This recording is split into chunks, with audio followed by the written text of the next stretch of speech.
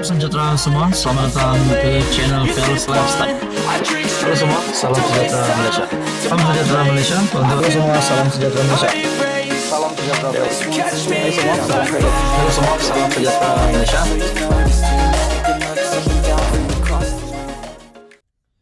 Salam sejahtera Malaysia, tuan-tuan dan puan-puan yang amat dihormati.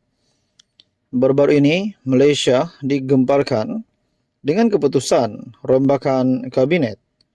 Kali ini satu menteri baru yang dilantik. Dr. Zul mohon jutaan maaf pada Dewan Negara. Pasti artikel ini menimbulkan banyak tanda tanya. Kenapa menteri baru ataupun Dr. Zul memohon jutaan maaf pada Dewan Negara? Artikel dari Malaysia Kini, Menteri Kesihatan Zulkifli Ahmad memohon maaf di Dewan Negara susulan peruntukan generasi penamat rokok GEG berkaitan rokok dan vape yang digugurkan daripada Rang Undang-Undang RUU Kawalan Produk Merokok Demi Kesihatan Awam 2023. Baru sehari mengambil alih tugas ditinggalkan Zaliha Mustafa, ahli Parlimen Kuala Selangor itu tampil membentangkan RUU itu untuk diluluskan di peringkat Dewan Negara. Zulkifli mengakui wujudnya kerisauan dan kebimbangan awam susulan pengguguran peruntukan tersebut. Namun dia memohon supaya semua pihak memahami dan menyokong langkah yang diambil kerajaan buat masa ini. Saya mohon jutaan maaf. Kalau begitulah selayaknya saya mohon maaf. Mohon kepada semua dan saya membentangkannya dengan tidak mengurangkan kepentingan semua ahli-ahli bersama meluluskan RUU ini kerana ia terlalu lama diusahakan. Ramai menteri-menteri kesihatan yang mengharunginya. Begitu juga dilihat oleh beberapa kabinet. Dan hari ini saya membentangkan kepada Dewan Negara dengan penuh harapan agar dia diberikan sokongan. Hari ini kita meneruskan usaha ini. Saya membentangkan kepada ahli-ahli berhormat dengan harapan diberi sokongan meskipun kalau dalam kaedah syarak menyebut kalau kita tak dapat semua janganlah tinggal semua. Ketika pembentangan, Zulkifli bagaimanapun tidak menyebut langkah seterusnya dalam perjuangan supaya GEG menjadi undang-undang. Dalam pada itu, bekas Menteri Kesihatan Zaliha Mustafa yang diberikan tugas baru sebagai Menteri di JPM Wilayah Persekutuan. Dia turut mengakui dirinya sebenarnya penyokong kuat terhadap usaha mencari jalan penyelesaian kepada masalah penagihan nikotin dan barang-barang yang memudaratkan kesihatan. Namun begitu ujarnya, kerajaan perlu ambil pendekatan menyeluruh dalam satu transformasi masyarakat dalam mengubah sikap serta tabiat dalam hal yang terkait dengan isu merokok dan ketagihan nikotin ini. GEG pastinya merupakan satu kaedah jalan dan satu cara untuk kita mengurangkan peratusan merokok di negara kita daripada 21% supaya diturunkan kepada paras serendah iaitu 5% pada 2040. Artikel daripada Malaysia Kini, Dr. Zul mohon jutaan maaf pada Dewan Negara. Hai, hello, salam sejahtera Malaysia. Selamat datang ke channel Fels Lifestyle. Nah, tuan-tuan dan puan yang amat saya hormati, selepas kita mendengar kekalahan di Kemaman bagi Barisan Nasional, sudah pasti timbul banyak spekulasi. Salah satunya, mungkin ada yang menyebut Zahid Hamidi tidak layak untuk menjadi pengurusi Barisan Nasional, tidak layak untuk menjadi Presiden UMNO.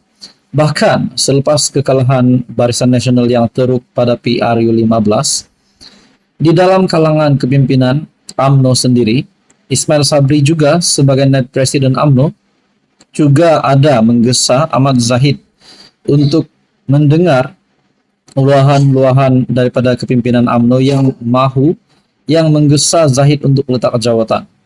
Nah, tuan-tuan, selepas kekalahan Barisan Nasional untuk pilihan raya kecil Kemaman, Muhyiddin Yassin juga membuat kenyataan bahwa terdapat tren peralihan undi daripada penyokong-penyokong Barisan Nasional kepada parti PAS, khususnya kita bercakap tentang di pilihan raya kecil Kemaman. Nah, saudara-saudara, Muhyiddin berkata bahwa amaran untuk Barisan Nasional nilai semula kerjasama dengan Pakatan Harapan.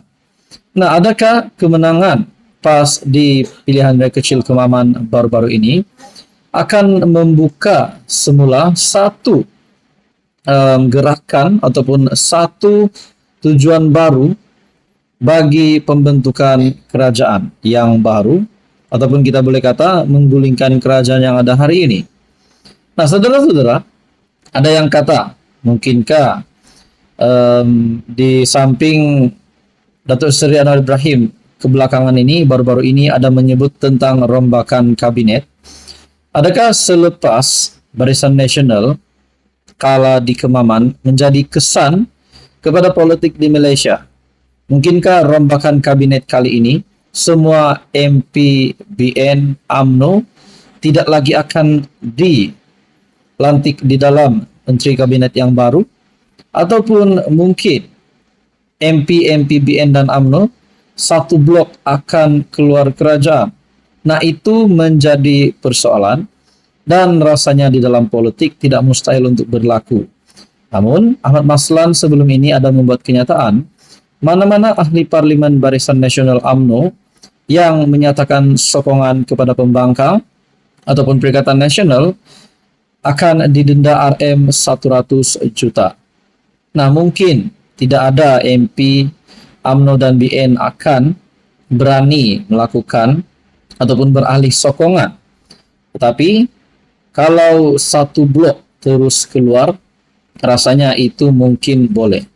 Tapi saudara-saudara, yang kita tahu, kedudukan Datuk Seri Anwar Ibrahim sebagai Perdana Menteri, sebagai pemimpin kerajaan hari ini, saya rasa akan kekal sehingga pilihan raya umum ke-16 kalau tidak ada apa-apa perkara-perkara yang pelik.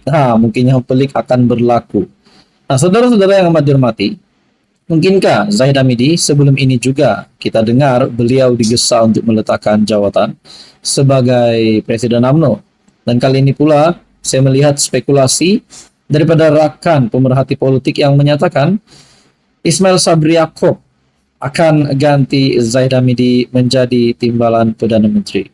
Nah, saudara-saudara, tidak salah kita membuat pandangan ataupun spekulasi.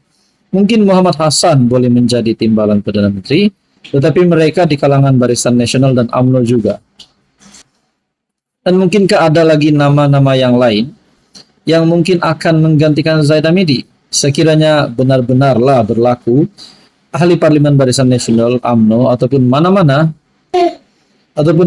pemimpin besar BN UMNO yang akan dilantik sebagai yang akan digugurkan, ataupun mungkin ada yang baru dilantik di dalam kabinet kerajaan yang baru yang bakal dirombak tidak lama lagi rasanya. Nah, saudara-saudara, persoalan berkenaan dengan Ismail Sabri Yaakob menjadi timbalan Perdana Menteri, adakah itu relevan? Selepas beliau sebelum ini, mungkin dalam sejarah Malaysia menjadi Perdana Menteri paling singkat. Adakah beliau masih mempunyai hati untuk menjadi timbalan Perdana Menteri di samping Zahid Hamidi yang memang digesa untuk letak jawatan sebelum ini sebagai Presiden UMNO? Bahkan mungkin ada juga yang tidak menyukai Zahid Hamidi menjadi timbalan Perdana Menteri hari ini. Tetapi yang pastinya Zahid Hamidi masih kekal sebagai timbalan Perdana Menteri, Datuk Seri Anwar Ibrahim sebagai Perdana Menteri dan pemimpin kerajaan perpaduan. Apapun, kita tunggu PRU 16, barulah tahu. Nak guling kerajaan, disitulah berhempas pulas pada PRU 16. Tetapi kalau kemenangan masih berpihak kepada Pakatan Harapan, mungkinkah kerajaan perpaduan akan diteruskan? Nah, saudara-saudara, tuan-tuan dan puan, apa komen Anda? Teruskan bersama di dalam channel ini untuk info yang seterusnya.